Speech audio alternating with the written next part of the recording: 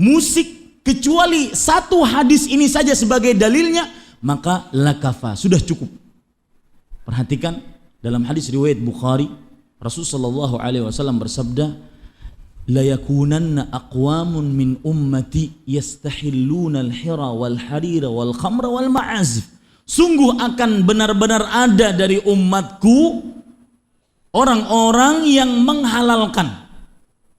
Lihat kata-kata menghalalkan, garis bawahi baik-baik. Menghalalkan al-hira, perzinahan, wal harir, sutra bagi laki-laki, wal khamra, minuman yang memabukkan, wal ma'azif, dan alat-alat musik. Dari hadis ini pengharaman terhadap musik dari dua sisi. Yang pertama, Allah Subhanahu wa ta'ala, Rasulullah sallallahu alaihi wasallam menyebutkan yastahillun, menghalalkan. Berarti asalnya adalah apa? Haram. Jelas. Tetapi kejelasan ini sulit akan diterima kalau tidak paham tadi poin pertama. Kita ini budak Allah. Allah rajanya. Allah yang mengharamkan. Ya udah, sami'na wa ata'na, kita terima ya Allah. Makanya poin pertama tadi adalah modal kunci untuk sukses dalam kajian semua musik ini. Ya. Dan saya membantah orang-orang yang mengatakan kenapa tidak mengaji kajian tauhid saja. Kok judulnya lawang pertama kali kita pelajari masalah tauhid. Ya. Tidak akan bisa kita menerima ayat apapun, hadis apapun sebagai ancaman, sebagai larangan, kecuali ketika kita mentauhidkan Allah Subhanahu wa ta'ala. Ini para ikhwan yang dirahmati oleh Allah. Ini sisi yang pertama. Kenapa musik haram? Karena disebutkan dalam hadis yastahillun, artinya menghalalkan, berarti asalnya adalah apa? Diharamkan. Sisi yang kedua dari hadis ini terhadap pengharaman musik adalah Rasul sallallahu alaihi wasallam menggandengkan alat-alat musik dengan dosa-dosa besar. Yang pertama al-hira, perzinahan. Yang kedua al-khamr, yaitu minuman yang memabukkan. Dan apabila digandengkan dengan sesuatu menunjukkan kepada hukumnya sama. Kebanyakan dalil seperti itu. Seperti misalkan Allah berfirman di dalam Al-Quran, wa'budullaha wa la tusyriku bihi syai'an. Beribadalah kepada Allah Subhanahu wa ta'ala dan janganlah kalian mensyirikkannya dengan sesuatu apapun, wabil walidaini ihsana, dan berbaktilah kepada kedua orang tua. Bapak Ibu, saudara-saudari yang dimuliakan oleh Allah, para ulama menyatakan bahwasanya di sini terletak keutamaan bakti kepada orang tua. Kenapa? Karena digandengkan dengan menyembah Allah. Begitu pula di dalam hadis tadi terdapat keharaman musik. Kenapa? Karena digandengkan dengan hal-hal yang diharamkan oleh Allah. Paham cara pendalilannya?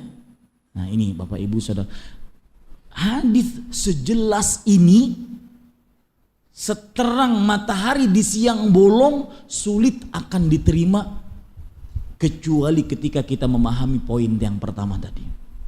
Nahnu abidun lillah wallahu al-malik wal khaliq wal mudabbir. Kita adalah budak-budaknya Allah. Ya, apalagi nanti dibarengi dengan kepentingan-kepentingan komersil. Susah akhirnya untuk meninggalkan musik. Bukan karena dia mempertahankan musik itu halal, tetapi karena ada kepentingan komersil dunia di situ.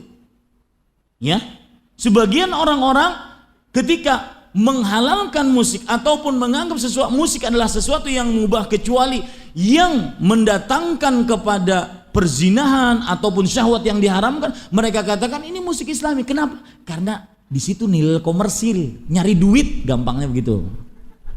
Betul? Ya, ini para ikhwah sekalian. Ya, Ustadz, di tengah-tengah masyarakat, apalagi anak muda sekarang, ada istilah andilau, Ustadz, antara dilema dan galau. Dan kalau sampai dalil ini kepada mereka, mereka kan mengatakan apa salahnya? Kan musik membuat kita fine, membuat kita senang di saat andilau itu menerpa gitu. Tanggapan Islam sendiri gimana, Ustadz? Dan menambahkan ide biasanya. Lagi berkarya pakai musik. Sekarang sebelum saya menanggapi pertanyaan ini, dan saya akan menanggapi pertanyaan Kang Reda dulu. Sebagian orang menganggap itu sebuah karya cipta yang perlu diapresiasi. Nah, Ini trik iblis yang paling jitu. Ya, trik iblis paling jitu itu adalah apa? Membisikkan pembenaran terhadap sebuah maksiat. Sehingga musik yang aturan diharamkan dalam Islam tidak pernah dikerjakan oleh Nabi dan para sahabatnya. Kemudian ulama imam yang empat bersepakat. Tidak ada perbedaan pendapat di antara mereka bahwasanya musik nyanyian haram. Ayo, mau bermadhab mana? Kalau sudah imam yang empat mengharamkan, ya. Nah, akan tetapi kemudian dijadikanlah sebagai akhirnya ajang-ajang pencarian bakat, ajang-ajang. Ini loh sesuatu yang perlu diapresiasi. Itu namanya pembisikan pembenaran terhadap sebuah maksiat, sehingga musik menjadi lumrah. Bahkan no life, no music. No music, no life. Tidak ada musik berarti tidak hidup. Ya. Music is my way life, kata mereka. Musik adalah jalan hidup saya. Siapa bilang saya hidup tanpa musik? Hidup saya. Ya. Ini para ikhwan yang dirahmati oleh Allah Subhanahu wa taala. Jadi seperti yang disebutkan oleh Kang Reda tadi bahwasanya orang kadang-kadang dianggap sebagai itu sebuah bakat, sebuah sesuatu yang harus diapresiasi, sesuatu yang harus dibanggakan, diliput media dan segala macam. Tidak. Itu sesuatu yang haram, yang dibisikkan oleh syaitan bahwasanya itu adalah benar adanya. Nah, adapun kasus Andy Lau ini, saya kenal Andy Lau sebelum mengenal sunnah ya. Ternyata ada apa namanya? Apa tadi antara dilema dan galau. Antara dilema dan galau. Kan boleh kita mencari untuk sesuatu yang menenangkan hati, apalagi kalau seandainya kita lagi galau, kalau seandainya kita lagi tidak nyaman hati, boleh kan untuk menenangkan hati sebentar saja. Para ikhwah sekalian, wallahi Islam sudah mempunyai solusinya.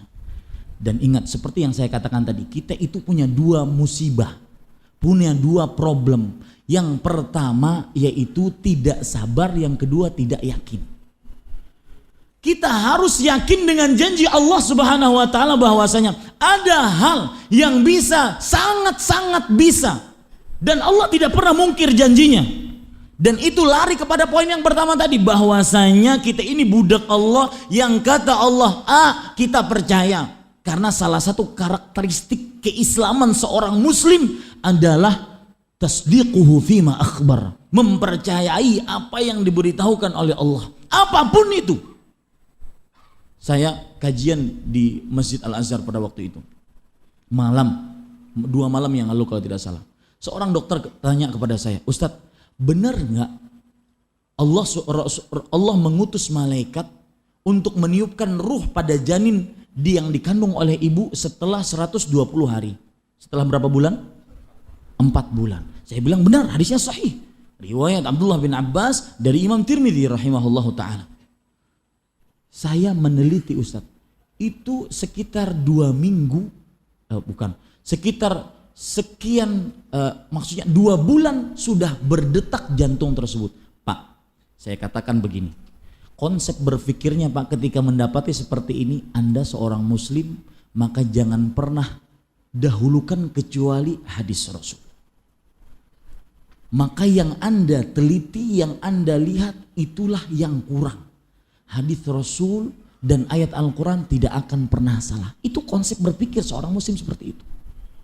Nah, begitu pula ketika kita mendengar tadi kasus Andy Lau ini, antara dilema dan galau, kemudian dia ingin menenangkan hati dengan musiknya, maka perhatikan, Allah Subhanahu wa taala memberikan solusi. Islam itu sempurna Pak, dengan makna kesempurnaan yang hakiki, bukan hanya sempurna, kata sempurna, bukan, tapi maknanya memang sempurna. Allah berfirman dalam surat Ar-Ra'd, alladzina amanu wa tatma'innu qulubuhum bidzikrillah, ala bidzikrillahi tatma'innul qulub. Orang-orang yang beriman dan hati-hati mereka tenang dengan keimanan.